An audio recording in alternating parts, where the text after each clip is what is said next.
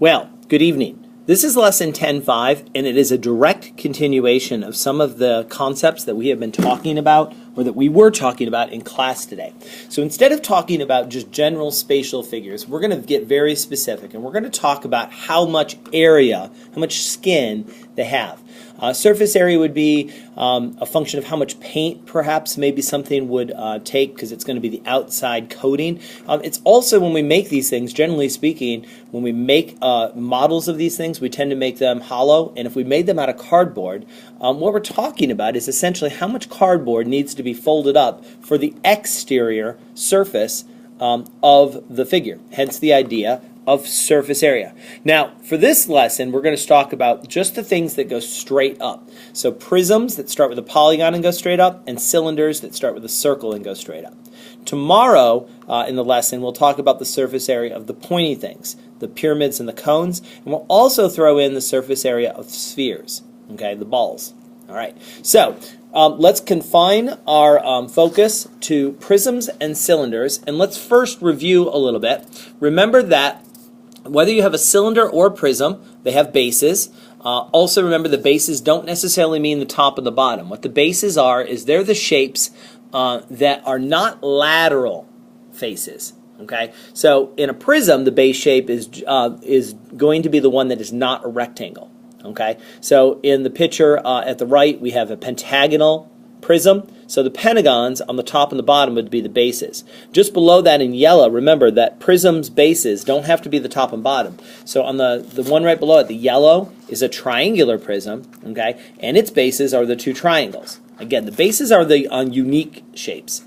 In a cylinder, the bases are the circles. And so if I have a cylinder where it's laying down like so, okay, the bases would be the circles on the left and the right. Wow, that was not a very good picture. My stylus is not wanting to work right now. All right. Now the lateral area is, in a prism, it's a bunch of different rectangles, but if you open it up as one big rectangle, you could think of the lateral area like this red box down here. This is going to be the piece that wraps around the base to give it sides. Likewise, it's the piece that wraps around the circle in order to give you a cylinder. Okay, so really this is just vocabulary at this point. So keep in mind that when you're talking about the outside surface, you're talking about base areas and lateral surfaces or lateral areas. Okay, that brings us to the idea of a net. So again, while you're thinking about why this makes sense, I want you to be thinking about that example, those examples that we used in class today where I unfolded things into their skins. Remember that the net is the skin that you wrap, that you fold up to make a three-dimensional spatial object. Now, the one that I've got here is neither a cylinder nor a prism, and I intentionally picked kind of a weird amoeba-shaped base.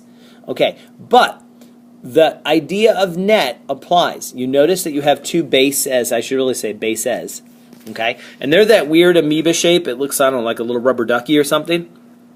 And then you have one big rectangle that's going to wrap all the way around the outside of this base, which means that the distance from here to here, the length of this big long rectangle, in order to wrap all the way around, is going to be the same as the perimeter of this figure. And the height of this rectangle is going to be exactly the same as the height of the resulting shape that we get, whether it's a prism or a cylinder. So one big rectangle wrapping around the bases is what gives us the lateral area, and the formula for lateral area will be it's just a big rectangle, so it's just the perimeter times the height.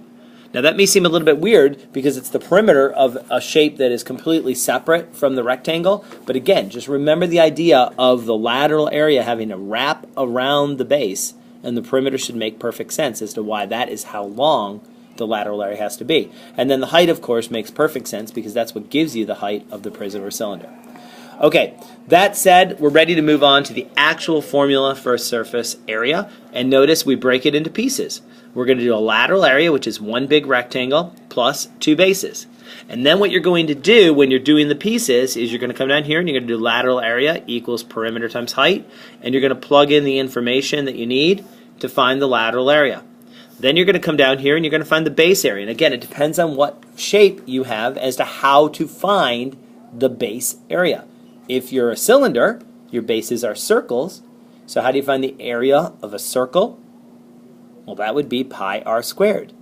If your base is a square, the way to find the area of a square is either base times height of the square, or you could just say side squared. If your base is a triangle, you're going to do 1/2 base times height. So you're going to have to remember those formulas from the beginning of this chapter. Remember, we started with the two-dimensional formulas, things like parallelograms. We talked about rectangles and squares. Then we did trapezoids and triangles, and then we went on and did circles. So it's those very area formulas. Okay. So what I'm going to do for base is I'm just going to say area of whatever shape you have. Different shapes have different formulas, but you're going to find the base area, and because you have a base on both ends, you have to make sure that you double the base area. So once you find the lateral area, you plug it back in here. Once you find the base area, you're going to plug it back in for B, and then don't forget that you double the bases, one for each end. All right, so that is how we find the surface area. And again, this is for cylinders and prisms. I'm actually going to draw the picture. Okay, so for cylinders and prisms, here is the formula. All right, let's go ahead and practice one. So we're going to always start with that formula. SA equals lateral area plus 2B. And then underneath, we're going to do the part. So the lateral area of this is the perimeter times the height. Well, since it's a circle, this is a cylinder. And since it's a circle, how do you find the perimeter of a circle? Well, it's the diameter, which since the radius is 3, the diameter is going to be 6 times pi. Okay, that is the perimeter, times the height, which is shown here to be 5. So that will give me 30 pi. That's the lateral area. All right, that's half of the work. Now let's come down here and find the base area. Well, the base is pi r squared, right? Because it's the area of a circle. So that is going to be radius squared, which is 3 times 3 times pi. That's 9 pi. Okay, so the lateral area is 30 pi. The base area is 9 pi. Now go back to the formula. Bring it down. We're going to put it all together now. Surface area equals the lateral area. We just found is 30 pi, right? I just substituted in 30 pi for lateral area. Plus 2 times the base area, which we just found, is 9 pi. Oops. Okay? Make that parenthesis a little bit better. So that's going to be a total of 30 pi's plus 18 pi. And if I want an exact answer, the exact answer is going to be 30 plus 18 is 48 pi's. Those are both in terms of pi, so those are like terms. That's the exact answer. And then if I want an approximate answer, I just put that into a calculator. So I'm going to type 48 times 3.14. I know a lot of your calculators have the pi key, but it's better that we all use the same thing. So let's just use 3.14. And the approximate answer to the nearest unit, it comes out 150.72, which is going to round a little bit more. Let's round it to the nearest whole unit. We'll round it to 151.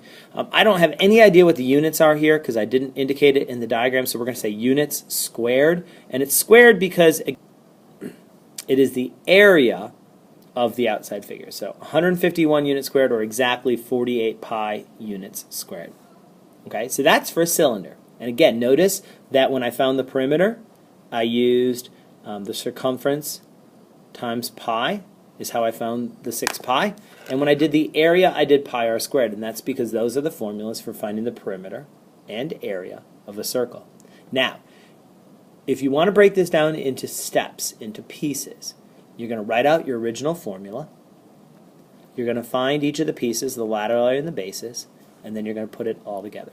Okay, so you're always finding the perimeter of the base because you need that for lateral area, and you're always finding the base area because you need that for the two bases. Now it's the same thing for a prism. So let's go ahead and do this for the prism, and so that we're all doing it the same way, let's assume that the base is going to be the top and then the bottom side here. Those will be the bases. So we're going to look at a rectangular prism. All right, and again, we're going to start with surface area equals lateral area plus 2b's. Okay, and the surface area, the lateral area, let's break that down first, is the perimeter times the height. Okay, so if the base is the red top rectangle, The perimeter is going to be what? Let's see, we're going to add 2 plus 4. That's going to be 6, and we're going to double it. We add the length and the width, and we times it by 2. That's just the perimeter, okay? And then the height, in this case, is 3. That's right here. All right, so multiply that all out, and I think we're going to get 6 times 2 times 3 is equal to 36 units squared. And this time, I'm going to actually make this in inches. So we have a unit in here. So instead of units squared, we can actually talk about what the unit is. Let's actually talk about inches squared. All right, that's the lateral area. Now let's find the base area. Well, the base is just a rectangle, length times width. And the length times width is 2 times 4. That's equal to 8. Now we're ready to put it all together. So surface area is equal to the lateral area plus 2 bases. The lateral area comes from right here. So let's put that in here. It's 36 plus 2 times the base area. That's the 8. And so if I add this all up, I get 36 plus 16, which is a total of 52 inches squared. And that is the surface area of this rectangular prism. Okay? So there is an example for both a cylinder and a prism. And I want you to notice that in both cases, I write down my formula, I find the lateral area, which involves finding the perimeter, I find the base area, which involves finding the area of the base, not the perimeter of the base, but the area of the base, and then I put it together and I get the surface area. All right, that is all I have for you for tonight's video. We will be practicing these in class tomorrow, so thanks for watching, and I will see you tomorrow. Bye.